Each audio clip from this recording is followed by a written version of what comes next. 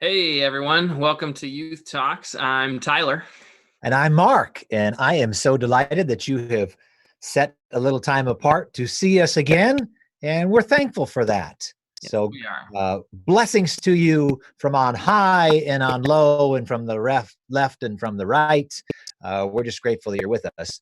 By the way, I wanted to let you know that this is the show, I think, where Tyler realized that home improvement projects are really what gives life meaning.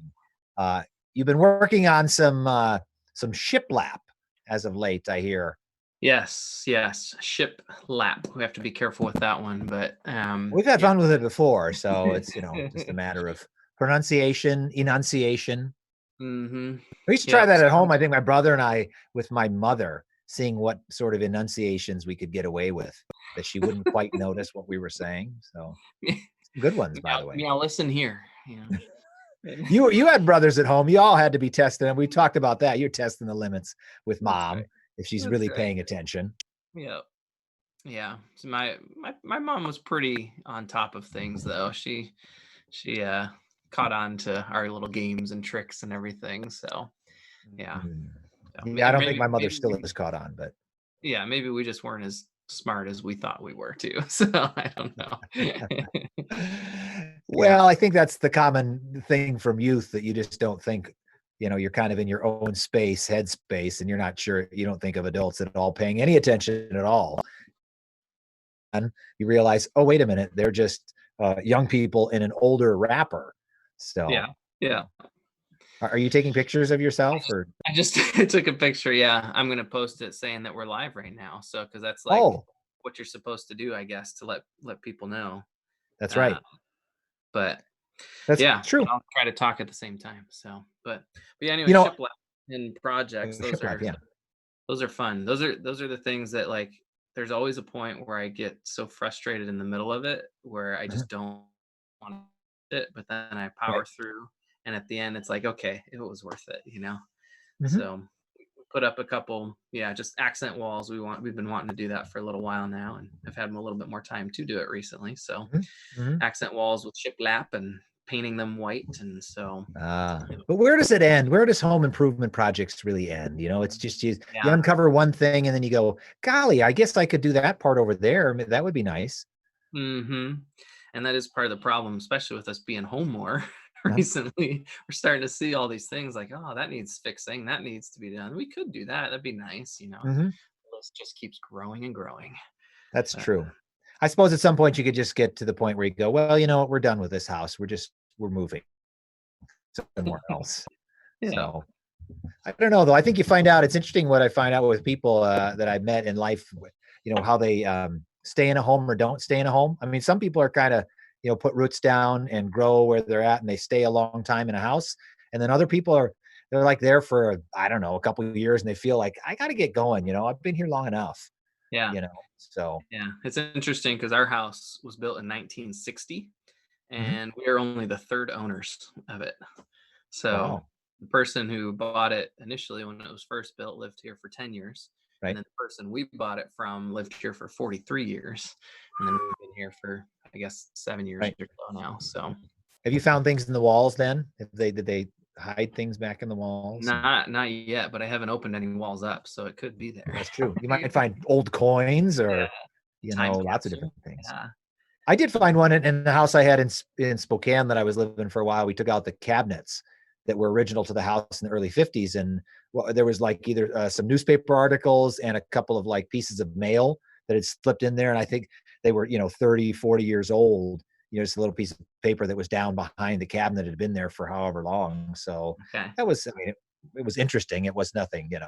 nothing great and super valuable or anything. But No $1,000 checks or anything like that. no, you do hear about that. The people that buy an old piano from some old, person that's had it for years and they, the family wanted to get rid of it. And then they open it up and they found, like, dollar bills wadded up, stuffed into mason jars or just, whatever. So I'm Yeah. still hoping for that. So, Yeah. You never know. well, I've heard that money solves all your problems. So I'm still searching for that, but Yeah. I'm not sure if I believe it, but It hasn't solved any of my problems yet. So I don't think I have enough of it to know whether it has or hasn't solved any of my problems. So That's a fair point too. Yeah. Probably is. Devin, I'm sure that's very true. We got a cool guest today, but one of the other things that I was going to title this is the show about, this could be where we find that some facial hair is better than other and better than other facial hair, because our guest, Dave, apparently was telling me he's got, sort of a beardish mustache thing that he's had. And he said, and I'll have to ask him about it again, but his upper lip has not been seen the light of day since the age of 17. And he's a few years past 17. So he's had that covered for many, many years. Now, you were saying that in your house, facial hair does not have, it's not held in high regard. Yeah. My wife is not a fan. And I don't know if it's just me or if all facial hair is as prickly and as rough as mine. So Right. it actually, if I grow out any facial hair and then try to kiss Tiffany or something, it will leave a rash on her face, so or on her skin, wherever. So it's like, yeah, it's she's not a fan, and she says, Okay. if you want to kiss me, you have to shave it off. So All right. Well, there's a fair incentive in all of that. So just give it a few more years. You guys move on a few more years, and maybe you just, like, honey, I'm okay with that. So let's just, yeah, I want to grow a mustache. I don't want to So kiss here you we go. anyways. Yeah. No, maybe. That'll never happen. Yeah. The romance will never die. It will never die. No. Yeah. But yes, you mentioned facial hair and our guest. So why don't we bring Dave Oliver on? Yeah, it's our good friend Dave Oliver, and we'll get to talking with him. He's got an interesting story. He's been connected with this area for a long, long time, but he's been connected with youth and with the working community for many, many years in Moses Lake. He's got comes from a family that's been connected for a long time. So if we could, let's bring up Dave and welcome Dave to the show. So there you are, Mr. Oliver, Mr. D. Oliver. Welcome. So nice to see you. Thanks for being with us today. Thank you for having me. Yeah, absolutely.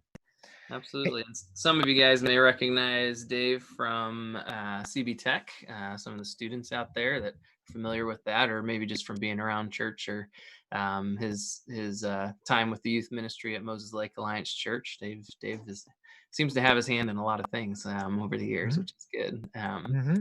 And so Dave, why don't you tell us a little bit about what it is that you're doing now, and what is CB Tech for those that don't know? Well, last year was the first year I did half a day at CB Tech and half a day at Moses Lake High School, which I liked in some ways and didn't like in others. CB Tech is my home, and I was like a boy away from home, but I connected with, well, I had 90 students at Moses Lake High School, and I had 20 students at CB Tech. So I did go from 40 students to 110 in 1 year. So it's a little bit daunting, but I love having students that are young and they've never been in a metal shop before. They've never been able to control molten metal. And you'd be surprised how well you get to know a student in that field, because it's one-on-one relationship, and I like it for that. Yeah. So just in case there are some that don't know what you do, you mentioned metal and molten metal, but what exactly is your job at CB Tech, which is Columbia Basin Technical School? So at CB Tech, I'm a manufacturing teacher, which manufacturing is a very broad trade, and it's so for the most part I teach welding. At Moses Lake High School, it's called metal design. I always lean on the art side of things, especially with new students. New students are apprehensive about playing with metal, and if you show them that they can make something really cool with their hands out of molten metal, then that's a good thing. They see a good side of the trade, not just the working side. CB Tech is more the working side. So students come in and they we show them how to make things. We show them how to work off a print. We show them how to be a craftsman, not just in the metal field, but to shake hands, to be polite, teaching work ethic.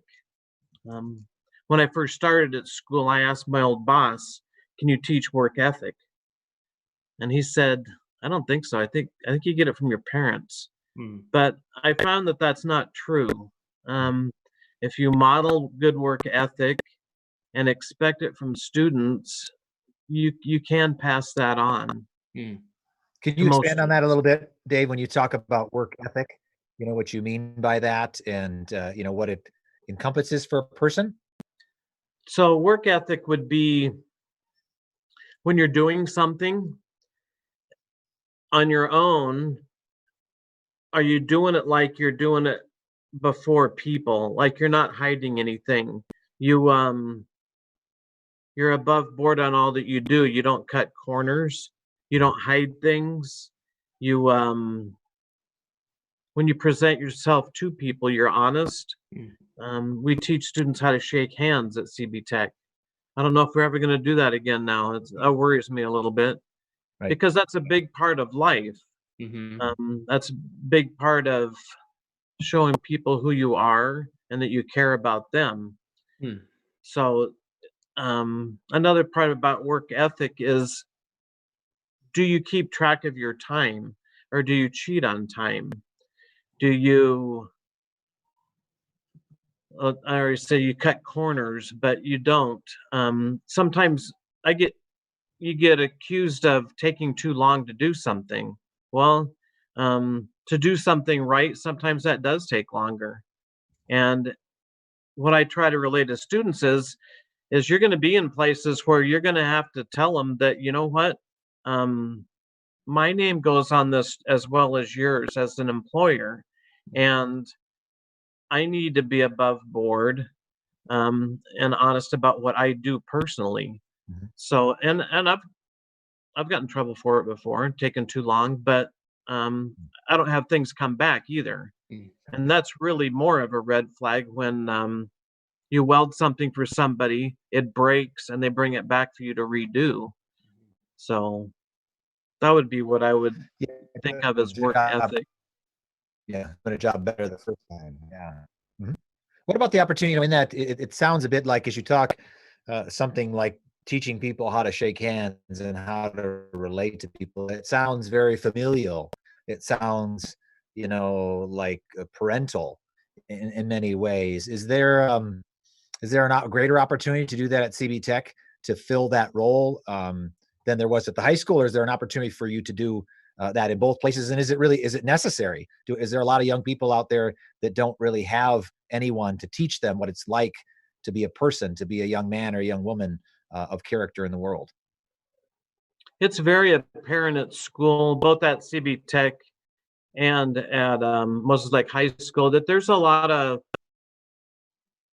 you can tell that there's a lot of fathers that aren't connected to sons and daughters. And I think that just because of that causes me to step into that role. And I don't feel bad about it. There's life throws all kinds of stuff at us, and I can tell pretty early on if a young man doesn't have a father, his father isn't connected to him, because a lot of things that you do in fixing something or in welding that they have done the foggiest idea of anything. And so it's good. It's good. And I love it. I love coming alongside students and playing that role as well, a spiritual leader and just somebody that's pointing them in a good direction in life. Yeah, that's another thing you wouldn't think you could do in a public school, but I pray for my students. On occasion, I have asked them when they're going through hard times if I can pray for them.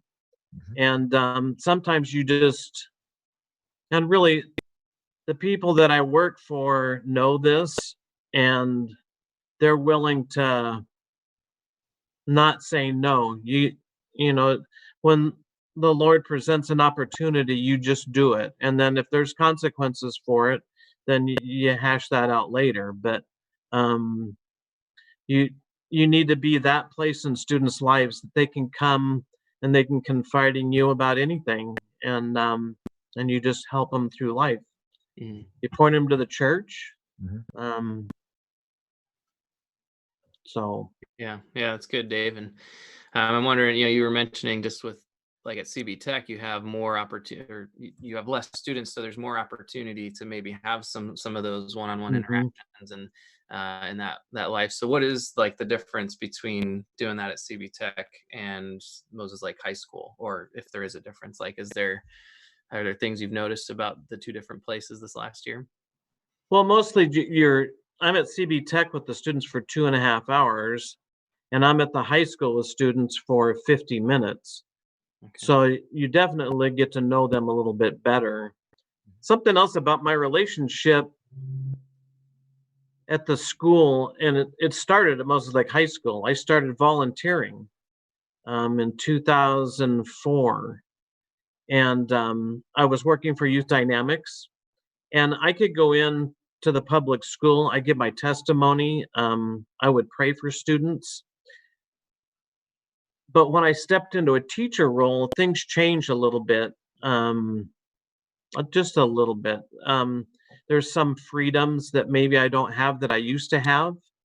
Um, but it was an odd change. I still, students call me Dave, they don't call me Mr. Oliver. Mhm. And I know that maybe that bothers some teachers, but um, when I help at Youth Dynamics, they don't call me Mr. Oliver, they call me Dave.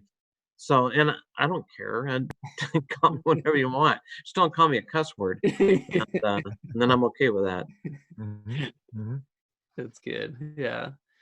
Yeah, and it's neat to hear just your heart, for students and coming alongside those that don't have a father figure or anyone older that has a little bit more experience in life to come alongside and walk with them and give them some of that guidance. And so that's neat, Dave, and appreciate that about you. Yeah. Hey, Dave, so is there when you think about this, the work at CB Tech, and you're doing the metalworking, manufacturing ideas, which is interesting work to do as opposed to typical schoolwork in the sort of academic sense, of learning math or English in the typical lecture that you do, and this is, a hands-on thing.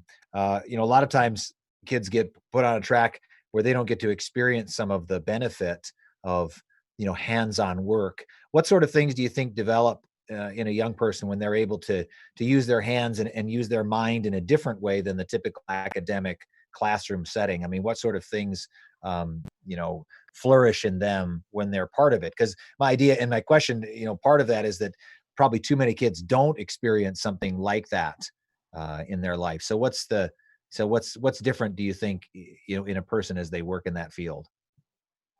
There's there's students like what I was when I was in junior high and high school that I was looking out the window. I didn't care about academics one iota. And Mm. as I as I'm up at high school and CB Tech, I run into the students that they want to work with their hands. They need to work with these. Um, that's how they that's how they get enjoyment. That's how they can excel in life. Not everybody is a thinker, and not everybody's going to go to a university. I do point students to Big Bend Community College to Mhm. get an AA in welding, but I'm trying to outfit them for life. And even if I get students that I know what I'm going to do, I'm going to be a doctor, I'm going to be this, or I'm going to be that, and so I still present them with the trade, because what the trade does is it gives them tools. They don't have to work maybe at McDonald's or something while they're going to school. They can work at a fab shop. They can make a little bit more money. They can it's not a go nowhere thing. Right. And then even in this morning, I kind of took the day off, but I was down at the school. I was making something. So even on my days off, I'm making something. I make steampunk lamps. I make all kinds of stuff that, um, and I get enjoyment. I get lost. Mhm. I've come home at 5 o'clock in the morning because I got carried away. I'm making something. So, and maybe I'm just weird that way, but that's something that some students are like that. Not all students, but there is a fair amount that you see come through the metal shop that they want to work with their hands. They want to make stuff, and those are the ones that I point to the trade. And you can change. Um, I didn't start teaching until I was 57. So Oh yeah, I've got some questions, certainly some places to go with your story because it's a pretty neat one, Dave, definitely. But I'm just thinking about, the ability to work. Sometimes in a lot of families and households, and whatever the situation is, people don't have the opportunity to do it, and so they end up feeling unsatisfied. I mean, reading a book, even writing a paper, doing other things, it doesn't feel like you created anything. And I think for me, it's the interesting connection to God, the creative power to make something, even whether it's working in your yard, which I like to do, and shape trees and create some order in something and feel like you accomplished a task. Even cutting wood and stacking wood, mhm. work of any kind, which there's a dual thing going on because it's hard, and so we tend to resist it at one part of ourselves, and yet some of the greatest satisfaction comes when we actually work with our hands, with our body, and we connect those two things. So was that something instilled in you as a young person, the idea of work, or from your family, or is that something that you had that idea of working? How did that work out in your own life? My father, who was an engineer, would buy an old house, and I don't know how many old houses he bought, and we would work on them. We would tear them apart. We would put a stairway up this way. We would put one up that way. But Hmm. my dad taught me how to be a carpenter, and I remember buying an old boat, and we tore it completely apart and put it back together and made it right again. And I think that's in who I am from a very early age. And I liked working with my dad. We did some awesome things, but he taught me to work with my hands and put the tape measure back where you found it. Um, that's that was my dad. I mean, you know my dad. You never saw the guy without sawdust on his eyebrows, but he was an engineer. Hmm. Hmm. But he found fulfillment in tearing stuff apart and putting it back together. Did you, while you were working with him on those various projects, did you have side conversations with him about life and things, or was it more just doing the work and being absorbed in it? I think it was more that I don't remember really a lot of heart talks unless I got in trouble, and then You we never would got have. in trouble, did you, Dave? Well, he didn't put the tape measure back in the right spot at That's least right. once. We know that. Even the grandkids know to put the tape measure back. Oh, that's good. That's good. Do you find that so? But for yourself, are you different in your father in that sense that because it seems like you've alluded to, connecting with students over the work, that you see that as an opportunity through the work itself allows you a heart connection to their lives. Is that something that's different from you, from your father, that maybe comes from your mother, or just as part of you to No, be that was connected? my dad. Yeah. My dad, I remember there's a thing, it's called CYC, Christian Youth Crusaders. It Mhm. was through a Wesleyan Methodist church. When my dad first surrendered his life to Christ, he became the treasurer and he became a leader in CYC. And my dad had a heart for young people. He bought the church a hearse, and I remember strapping a pile of inner tubes on top of the hearse and going up in the snow tubing. Um, After that, he bought a limousine, like an old Cadillac limousine that would haul a lot of students, and we would take off, and he would bring kids up in the hills. I was a little bit. I remember as a kid younger, and he was working with older students. I I remember feeling left out, but I also remember seeing his heart for young people. And I think that just that role model uh, caused me to do the same thing, I guess.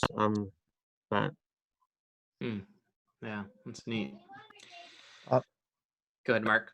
yeah, no, I was just thinking, I wanted to move a little bit because I do love and appreciate all the work that you do, the local creative ability that you have and all those things. But if people don't know, much about your story, and you were just talking about your father coming to the Lord, how was that as a young person growing up, Christianity presented to you, and when did you either become aware of it, connected with it? Was there a time where it wasn't part of your life, or it was? Can you tell me a little bit about your introduction to Jesus in your household and family as a young person? I can remember back when my father didn't know the Lord. Um, we I remember coming home from church one day, and he said to my mom, he said, "You feel better now?" And but then I also remember he never used the D word. And I remember he got a flat tire on the way to church once. And I remember he spit out the D word. And I remember thinking I was so surprised. Mhm. And actually it wasn't too long after that that my mom told me that I asked, why do we always go to church and dad stays home? Mhm. Hmm. Which years later was the same thing in my home. My oldest son, Corey, um, wondered why my little sister took those guys to church and I and Connie stayed home. And so even that was kind of the same thing. But I remember 10 years old going forward during an altar call at my church. Mhm. And I remember surrendering my life to Christ. Um, I don't know that I grasped the whole picture. I don't know if life was good then, but it was within a year that I ran as fast and as hard as I could away. Mhm. Um, it's I just I didn't I wanted to run, and I knew God was there, Mhm. and I didn't want anything to do with him. So I probably, from the time I was 11 years old to the time I was 31, I ran fast and hard. Mhm. And I don't know why. Um, it's like I believed in the Lord, and I would run into things in life. I hitchhiked to Los Angeles once, and I was working at Westinghouse, and it was called blue collar workers. You would go to this place in the morning, and they would pick so many guys to take out and go to work. And I remember I was punching out my at the end of the day, and this guy started telling me about the Lord, and I remember thinking back about what I knew of Christ, and but I wanted to get away from him. I He bothered me. Um, Later on in life, I wished I could talk to him and tell him what had happened, but it's it wasn't a good time, and I still feel bad for what I put my mom and dad through in the years I was at home because I did some rotten things, and but to my parents' credit, they never ever reminded me of what a jerk I used to be, and never. Mhm. So So during that time, I mean, as you look back on it, because we all have this opportunity to kind of reflect on various stages. So you're talking like a 20-year period of time. How would you, if you were explaining what, if you were thinking of the you, that the person that was you, and looking at somebody else as that person, what would you have said was going on? I mean, what was it that you were running from, as you look back on it now? I know I was running from God and what he expected of me. And I didn't want to be in that time in life. I didn't want to be like my parents. My parents were godly people, and they did this and they did that, and I I didn't want that. I wanted something different, and I guess I honestly don't know why. I ran from it, and I was like respectful at home. Right. I always respected what my parents believed, and I always knew in my heart that that's where exactly I should be. But it wasn't until a few things happened one year in life and kind of tipped everything up on top of its head, and I ran to God as fast and hard as I could. Mm-hmm. Yeah, I think even in that time, I think even the suggestion of that is that perhaps people and will often think that the life of being a Christian is either boring or it's not fun or it's not life. You know, that life without Christ allows you to do so many more things, that it's the enjoyable life. And I think there's lots of young people that think, you know, being a Christian is just boring. Like there's nothing really meaningful about, you know, connective, exciting about the whole thing somehow. And that if you agree to be a Christian, you got to stop doing everything fun, you know, as we look at it. I think there's certainly an inherent call, at least in me, you know, in myself, as I looked at that and struggled with, you know, various places in my life. Um, can you can you share a little bit about what finally tipped the scales for you, or the events that kind of led you to move back to the Lord or run back towards Him? Well, I think, there's a host of things. One is you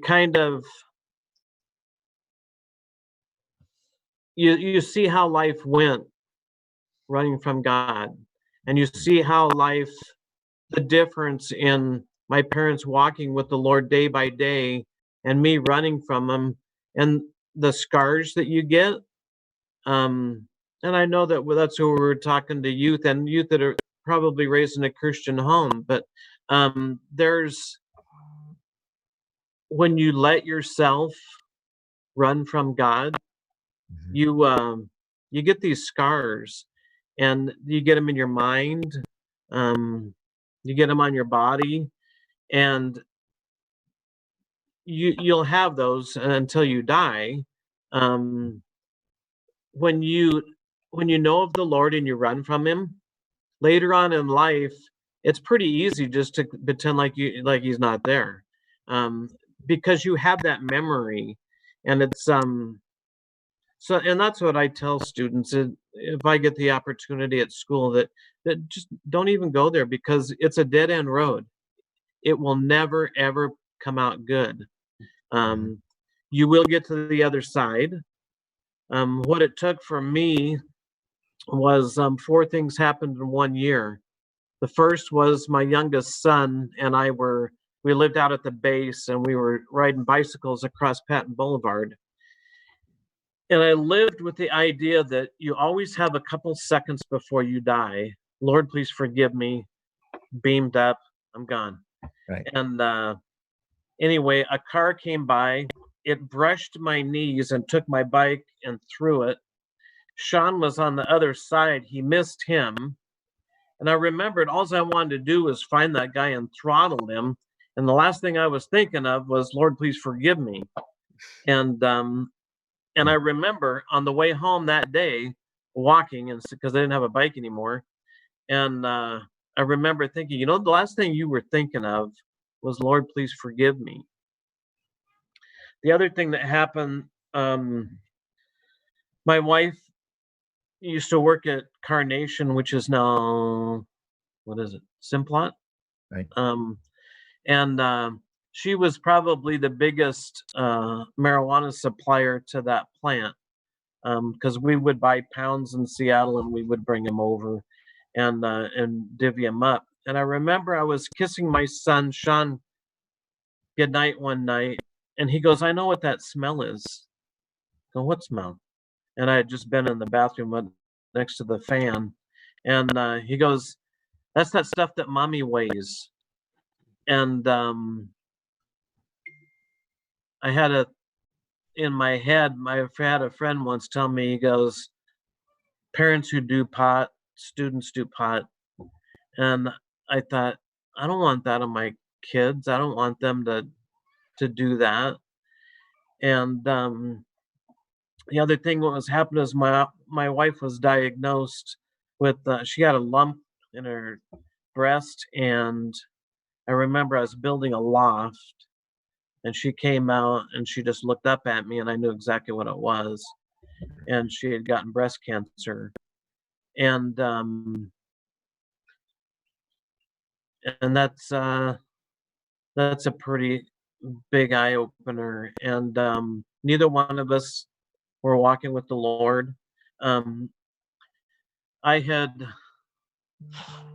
I used to go bow hunting, and it was probably about a month after she had started treatment, and I went up to the mount up to Ellensburg, and I remember being up there by myself. I brought my Bible, and I was sitting in a wallow, and there was no elk moving through, and I just said, "Lord, I give up." I go, "I don't care about nothing but you." I'm tired of living life the way I have been. I'm sorry for running from you, but I give up. I give everything up, and I'm worried about Connie. Um, and in the theology I knew then, I said, I know that the prayer of a righteous man prevaileth much, and I want to be able to pray for my wife, and I want you to hear. And so I remember going home, and for the first time in my life, I left right then. As a matter of fact, right after I was praying, and I looked up, and there was two elk about 20 yards from me that had crept in when I was praying, and they ran off, and I just jumped up and I went home. And within 2 days of that, Connie surrendered her life to Christ. She wasn't raised in a Christian home. She had an alcoholic mother, no dad, um, and so it was the Lord put all that together, and we've never wavered since. And I believe I don't know who all was there. I remember I came home from work one day, and the elders were walking out. I know Mark Bassett was there, and I think Paul Defoe. And Connie had called him and asked if they would anoint her with oil and pray for her. And I really believe at that point that God healed her.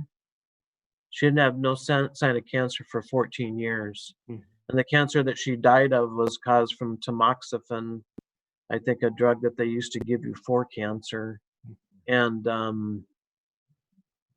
she ended up, well, and her prayer was, Lord, please let me see my sons grow up. Corey and Sean were 7 and 8. And when she passed away, they were 20 and 21. Mhm. And the Lord answered her prayer, and that was her day. So her day wasn't 14 years earlier. No. But Mhm. so that's kind of how I came back. I had to have the Lord show me really about what life is about, and so Well, I think that Dave, and I so appreciate your transparency, and I know that that is connective to every person that you've ever talked to and ever shared with. Is seeing in that. I think there's some neat things in all of that. Of the story itself is the grace of God, to meet us where we're at, and then also that the Father doesn't hold those things, our past, over us. I think we often approach God and make people think that God will continually hold all of the mistakes that we have made over us. But I think even as you mentioned your own parents not doing that, they provided this mirror, how your Father in heaven didn't hold all of your rebellion, the sin that was wrapped up in all of those things. When the moment had come, when you were willing to surrender, there he was. It's interesting, Dave, as you move through your life and seeing Connie go on to be with the Lord in itself and continuing forward. How did it really move for you to move into ministry, from being, a working man? How did you get to the place of where you had some opportunity to begin, providing connection with people and young people specifically? that was a miracle in itself, because I remember Mark Bassett was the first one, and it was soon after, I think it was 1987, that Connie and I started walking with the Lord. And Mark Bassett asked me if I would do junior high ministry, and and we did it for 12 years, and we loved it. I love junior hires. They don't think as much as high schoolers. That they'll play all the games, Mhm. and but in after Connie passed away, it's like I don't know what to do. When you have a spouse die, it's like all your dreams and your whole life is the two of you and what you're gonna do. Mhm. And I was a bit lost. And Corey and Sean, they went in, they both moved home. I think within 4 months, Sean was in the Coast Guard and he was gone. And then maybe another 2 months after that, Corey joined the Army and he left. Mhm. And I said, Lord, I don't want to be here by myself. So it just so happens my dad called my sisters and I over to the house for lunch, and he gave us each a check for $10,000. And it was something that was held up in probate from my grandpa. And and so I always call Mark. Um, uh, he's just always been there for me. And I called Mark and I go, my dad told me he wants me to go to Bible school, and I haven't even graduated from high school yet. He goes, you need to go to Cape and Ray, England. I go, that's a weird place. So I got online and I looked it up. And I thought first, I go, I can buy a motorcycle with this. And then, but I didn't feel good about that, especially when the Lord was pointing me towards going to Bible school in England. So I sold my truck, I rented out my house, and I left for a year. But I was only there like a month. And my little sister, I knew that my dad had lung cancer, but they gave him like 5 years or something. And I was only there for maybe 30 days. And she goes, they give dad 2.5 weeks Mm. or 5 weeks. And so I talked to the principal and he goes, you got 5 weeks with your dad. He goes, you can always do Bible school. So I got a ticket home for $150 one way from Manchester to, no, it was $99 from Manchester to Vancouver, BC. And my sons picked me up, and my dad passed away in 2.5 weeks. Stayed through Christmas, and then went back to Bible school. But I've always been envious of youth pastors. I can think of Mark Bassett and Andre and Scott and Jason, and I don't know how many of them. And I was always envious of them. But where the Lord put me at Youth Dynamics, when I came home from England from Bible school, Paul Leffler, who was the director of Youth Dynamics in Moses Lake, goes, why don't you come on staff? I go, I haven't graduated from high school. He goes, you don't need to graduate from high school. He goes, I'm the boss. So I know people. he goes, but you don't get a paycheck. So you don't get a paycheck. Well, I'd worked at the church for I don't know how many years with youth, and I finally graduated to high school youth, and all my 95% of my support, I had to go out and ask people for money, but 95% of my support came from the Alliance Church, people that maybe their kids were in youth group. Yep. And I got all my support in 3 months, which is almost unheard of. And I loved it. But I was only there a year, and then Paul Leffler wanted to leave, and they go, you need to be director. I go, I don't want to be director. And so there was no director for a while, and then I had some young guys working for me, and I thought, I got to be the director. So, but I did that for 10 years, and I love it. I would do it again in a heartbeat. It's it's so much better than being a youth pastor because I don't have to do I watch the youth pastors have to do softball, and they got to do this and they got to do that. Shoot, I go to the school every day and hang out, Yeah. and I loved it. Mhm. Um, I know what they can't ever kick you out. You get to know the teachers and stuff, and I'm telling students about Jesus. I wouldn't wear a Jesus shirt or nothing, but I would tell them, and they knew it. Mhm. Right. But it Mhm. was a that was probably the best job I ever had. Yeah, that's awesome. And that is one thing I do appreciate about our school district is even to this day when I go to the schools, when school's in session, um, they are very, I mean, they know why I'm there. They know what I'm doing Mhm. too, and they're okay with it. They're open to being there and sharing about Jesus. So that's pretty neat. But yeah. I'd love to say, I mean, I think Dave, when I tell you, when you've been telling your story and I think about your life, the thing I'd like people to really understand is that God he has a bigger plan that he's always working, but he has a place for all of us, no matter what we've been doing. He can use and redeem all of even what we think has been bad. He can take something and make something good out of it.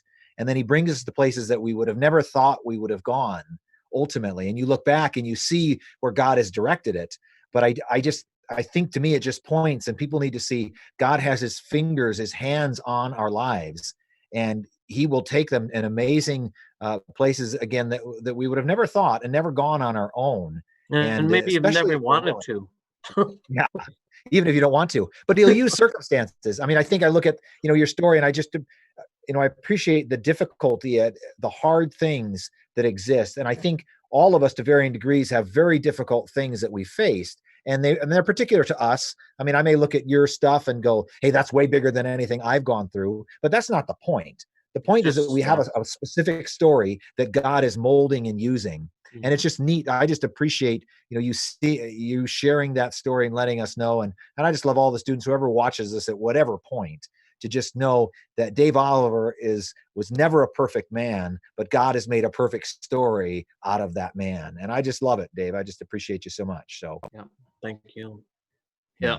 Yeah. And I'm sure there's a lot more wisdom and stories that you Mhm. could tell us. We could spend hours and hours here Yeah. doing this. And maybe we'll have to get together and Right. hear some more in person at some point soon here. But yeah, maybe now would be a good time to kind of wrap things up with you, Dave, and let you go. And I'll let again, you go. yeah, appreciate you and Mhm. really appreciate your heart for students, gospel, and Yep. helping people know Jesus. Yep. That's Yep. the key thing. And God bless you for that. Keep on keeping on. yeah, Definitely. So absolutely. thank you, Dave. Okay. Yeah. Thank Dave. you. Yeah, God bless you. Yeah. Thanks. Bye. All right. Yeah. So that was awesome. That was great. Yeah, and I would really encourage, if there's any students or any other people, if there's somebody that you need to, well, when we can, however you want to work that, either a Zoom call or going to coffee. Dave Oliver is a person that has been malleably used for God's purposes, and has a story that connects with a lot of people. Just at that point of a couple decades of just running from God, and yet that didn't stop God from doing something specific with his life. And I just love that. That's a good story and an encouragement, no matter where you've been. If you've had troubled situations, troubled circumstances in your life of your own causing, or just wherever you happen to be, God can use you and God will work through you if you're willing to let him do it. So Yep. that's super cool. It is. Yeah. Yeah. And Mark, that ties in well with what your message was on yesterday. And again, Mhm. continuing with our series of the story of Joseph and what to do when you don't know what to do. And so, Mhm. um, I told you earlier today that it was a particularly impactful message that the Holy Spirit used it in my life to help me. And so, thank you for that. And Yeah. yeah. So why don't you just give us a brief summary here of kind of the big idea of what you were talking about? Yeah, Joseph's story, as we kind of follow through it, and we catch now the midpoint where he has been cast out by his family, and now he's sold as a slave, but God is still working through him, and then he's faced a particular decision as he's in Potiphar's household. He comes up against a moral dilemma in all of that, and it's certainly what do you do your situation, and where he was at is he needed to follow the rules of those who were over him, which was Potiphar and Potiphar's wife, but she asked him to do something morally wrong. And he said, I'm not going to do that. It's going to be wrong against Potiphar, but it's going to be wrong against God. He was willing to make a tough choice, which directly resulted in him being cast out of the house and ending up in prison. So he was faced with a tough choice. And then, within that, it's like, when you're faced with that, do you just look at how it's going to work out for you? And part of the story is that you got to look beyond that. You got to say, there's a decision to make, and I have to make what is the right decision, regardless of the consequences. And I think that's certainly a powerful place, especially for young people. You're going to be put up against a decision. Do I make the right decision? And if you sit in the place where I'm looking at how this is going to work out for me, well, those people won't like me. I'll be rejected. I may lose this. I said, well, then those temporary things are going to keep you from making an eternal decision. And that's what he was thrust up against with that. But the interesting thing is that God was actually going to use that very circumstance to work out a bigger plan.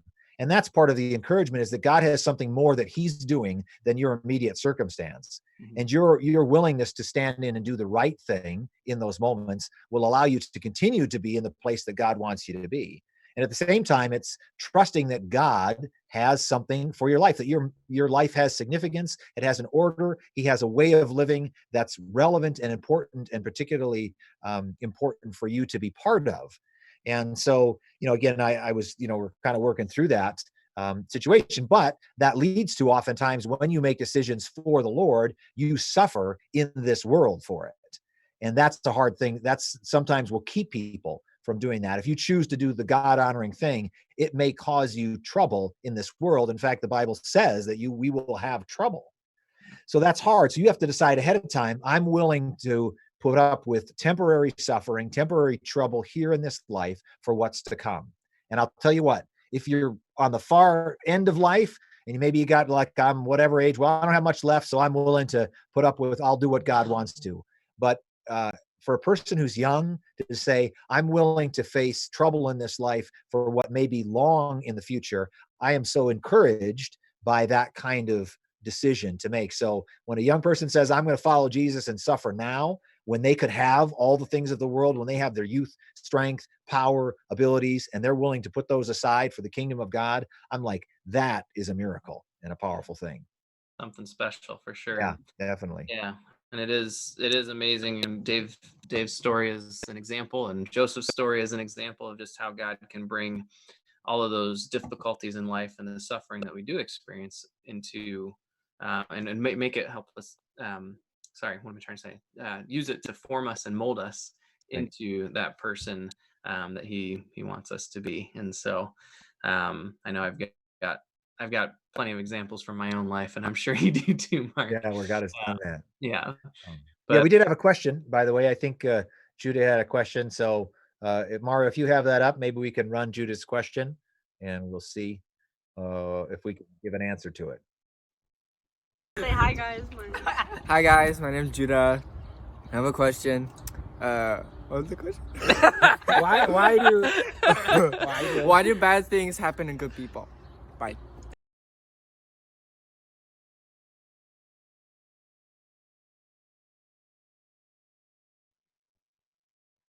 No worries. Okay. All right. Well, thank you, Judah. I hope you all had the. What's my question? What's my question? Forgot my question. What is it? Good thing. Why do bad things happen to good people Mm-hmm. In all that circumstance? Yeah, you could write a book on that. Oh, wait a minute. Somebody did. Rabbi Kirshner wrote that story. But do you want to give a shot at that one? Yeah. I think initially the define good people, that's kind of my question not my question, but my first thought of, like, well, is anyone really good? And I think we all live in a world where things are broken, things aren't right, and we feel that. We see that in things like the coronavirus. We see that in things like tornadoes and earthquakes and hurricanes and all the natural disasters. But we also feel it in the sense of the effect that our actions have on other people.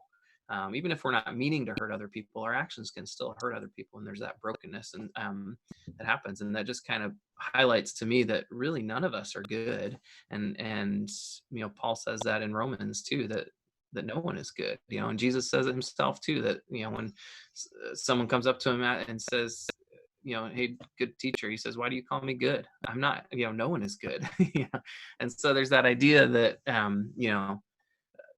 when bad things happen to us, we feel like, oh, we're a good person, we're not doing anything terrible, and so I don't deserve this, but really I think we have to look at the bigger picture and kind of have a bigger perspective on it all, to see, like, man, like, if you look at God's standard, at his holiness and his perfection, we are terrible sinners, Yeah, we don't match up to that in any regard. right, and so on that side of things, like, not that people deserve the bad things that happen to them all the time, but there are consequences to our actions too, and sometimes we bring those things on ourselves, but other Yeah. times it's just bad luck, I guess you could say. But yeah, so that's the first part. But Right. Mark, I don't know if you want Yeah. to So add. well, the interesting thing is just talking with Dave Oliver, when you look at bad things.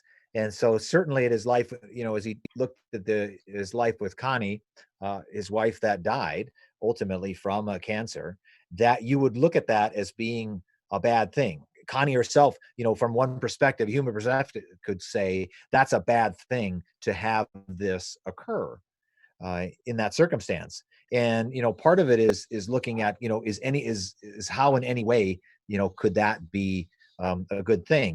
But the very nature of that caused both of them a reflection to find a relationship with Jesus Christ. And the problem with circumstances, if we look at this life as all there is, then anything negative is bad. Then any end to any of the good that I want to be doing would be a bad thing. And I think that's the crux of the whole thing, is that people, if you're only going to measure what I see in front of me, this temporal world, this existence, the 70, 80 years, if that's all there is, then anything that keeps me from doing exactly what I want to do it in the way I want to every moment would be a bad thing. But if in fact if there is a kingdom far greater and far beyond all of this, then those things are looked at differently, because then the very bad things can be the thing that drives me to a relationship, which in Dave's life, the trouble and those hard spot at age 31 drove him back to a dependence upon God, to recognizing a need for God in his life, for a personal relationship. And if that personal relationship is now going to go on for all eternity, then in fact, the very things that looked bad from one perspective were actually working good in his life. So it doesn't make cancer a good thing, but what cancer can do can result in a good thing in a life if there's more than this life. Right. And that's the rub. I mean, that's every time we're going to come up against that in the Christian faith, to follow God, to not follow God. If he's really all about it, if the God of the Bible that exemplified in seen in Jesus Christ living here on earth, if that's what it's really about, then the suffering, the trouble we get, if those things refine us in some way to see the real truth of the situation, then in the end, they have been for my good. Mm-hmm. And so that's what I would answer in that question is, inherently in itself, those are representative of a broken world, but those very things that are bad can actually work the greatest good in our life eternally. Yeah. Yeah, and I would just, I guess, add to that. There's obviously that eternal perspective, but it is also for our life here. God wants to do good through us now too. So just not that you're saying this, Mark, but you can kind of have that, fall into that mindset of like, oh, I'm just living for heaven. All this life doesn't matter, and it only matters in the sense that it's gonna benefit me later in heaven, right, sort of thing. And but I think that's a false kind of thinking, and even an escapist kind of a view of like, this world doesn't matter, we can just trash it, this earth doesn't matter because it's just going to be blown away anyways, and God's going to create a new one. But I think that misses part of the point, because God wants us to be allowing him to work through us and in us here in this life, and the here and now, and for the future. whether that's our future life here or our future life after Jesus returns, so that's good. But yeah, and so that's the only question we had for today. So if you guys want to hear more questions and get us talking about stuff and responding in some way, absolutely, for next week, send in your questions, text them to me, and yeah, you can find out how to get a hold of me in the description. We've got our Instagram and Facebook contact posted, and yeah, and this is just, we need you guys to ask those questions so we have stuff to talk about. But we'll find stuff to talk about it. We just want to talk about stuff that you're interested in us talking about. Exactly. So Yes. I always want to do that. And we do thank Mario. I know we had to work through some technical difficulties today with YouTube. It apparently went down. So that was probably there's a great shudder. I felt that in the wind. Suddenly it's like everything sort of shifted. We're like, I can't watch YouTube. You could feel it for a moment in there. So yeah, fairly I think the Earth stopped spinning. Yeah, for a minute in that.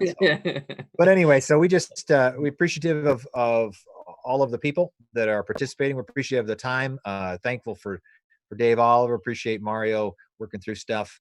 Just continue to be the family of God. Yeah. A round of applause for all of you. So be the family of God in the world, right where you're at.